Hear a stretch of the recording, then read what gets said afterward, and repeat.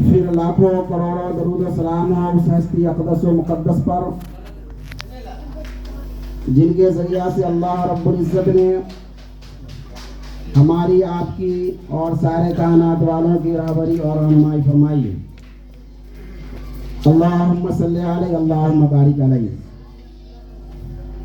سامعین کرام، آج ہم لوگ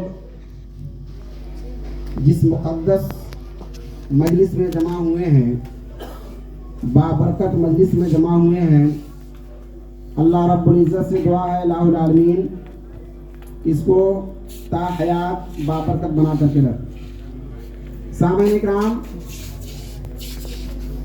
ہم اور آپ اچھی طرح جانتے ہیں یہ رشتہ ازواج یہ ایسی رشتہ ہے یا ایسی نسبت ہے جو دنیا کا سب سے پہلا نسبت ہے۔ رشتہ ازواج میاں بیوی کا جو رشتہ ہوتا ہے، شوہر اور بیوی کا جو رشتہ ہوتا ہے، دنیا کا سب سے پہلا رشتہ ہے۔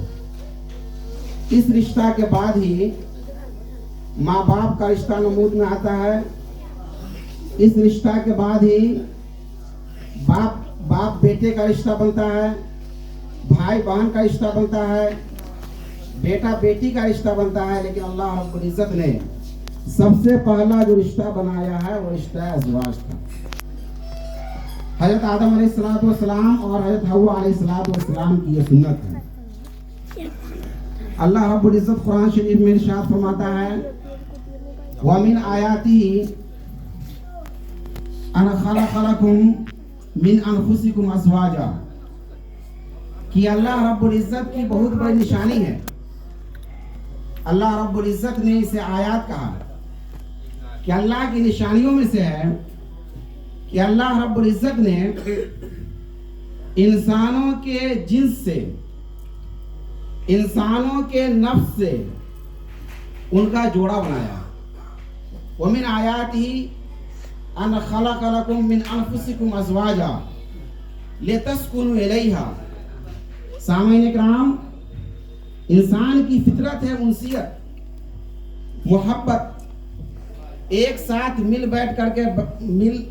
جل کر کے بیٹھنا، رہنا، سہنا، یہ انسان کی فطرت میں داخل ہے۔ اگر آدمی اکیلا پن میں ہے، تنہائی میں ہے، تو اپنے آپ کو وحشت میں محسوس کرتا ہے، ڈرتا ہے، لگتا ہے کہ ہم کہیں اور جگہ ہیں۔ لیکن جب ہی انسان 2 کے 3 کے 4 کے 5 کے ساتھ رہتا ہے، جماعت میں رہتا ہے، اس کی فطرت ہے، وہاں انہیں انسیت ملتی ہے۔ اللہ رب العزت نے فرمایا لِتَسْكُنُوا إِلَيْهَا۔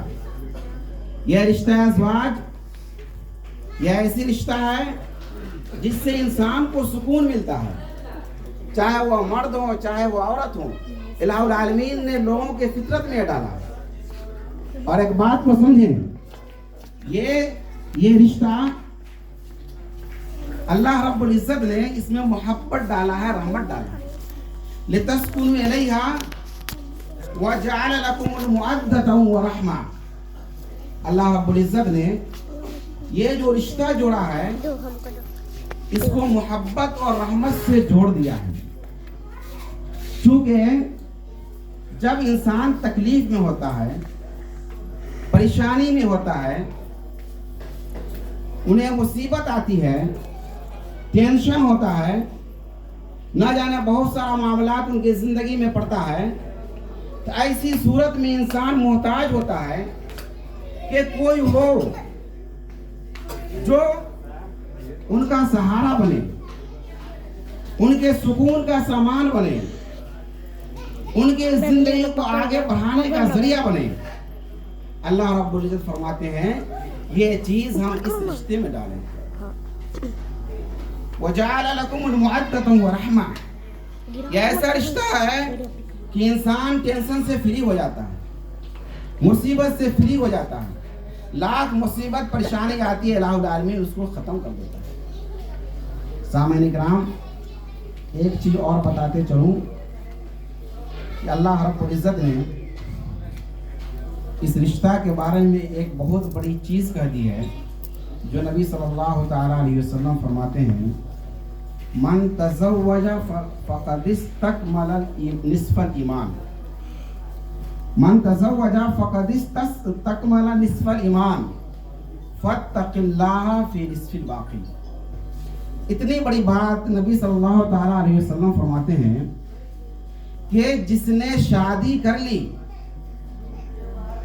جس نے اس رشتہ کو اپنا لیا، اس نے اپنا آدھا ایمان مکمل کر لیا۔ من تزوج فقد استکمل نصف الایمان، جس نے شادی کر لی، جس نے رشتہ ازواج سے منسلک ہو گیا، اس نے اپنا آدھا ایمان مکمل کر لیا، اپنا آدھا ایمان پکا کر لیا، سیو کر لیا اپنے آدھے ایمان کو، اپنے آدھے ایمان کی حفاظت کر لیا ہوا شخص جس نے رشتہ ازواج سے منسلک ہوا۔ فاتق اللہ فی نصف الباقی، اب آدھا ایمان جو اب بچ گیا ہے آپ کا، اس میں اللہ رب العزت سے ڈریں، یہ نبی صلی اللہ تعالیٰ علیہ وسلم فرماتے ہیں۔ اس حدیث سے یہ بھی پتہ چلتا ہے کہ جس طریقے سے ایمان کی حفاظت ضروری ہے ایک مسلمانوں کے لیے، اسی طریقے سے اپنے اس رشتے کی حفاظت کی بھی ضرورت ہے، چونکہ آدھا آپ کا یہ رشتہ ہے اور آدھا آپ کا ایمان ہے۔ جس طرح ایک مسلمان کی حفاظت دین کی ضرورت ہے، جس طرح ایک مسلمان کے لیے اپنے عبادت کی حفاظت کی ضرورت ہے، اسی طریقے سے ایک مسلمان کے لیے اس بات کی بھی ضرورت ہے کہ جس مقدس اور مبارک رشتہ کو قبول کیا ہے اس کو تا حیات باقی رکھے، اپنے آدھے ایمان کی تکمیل کرے۔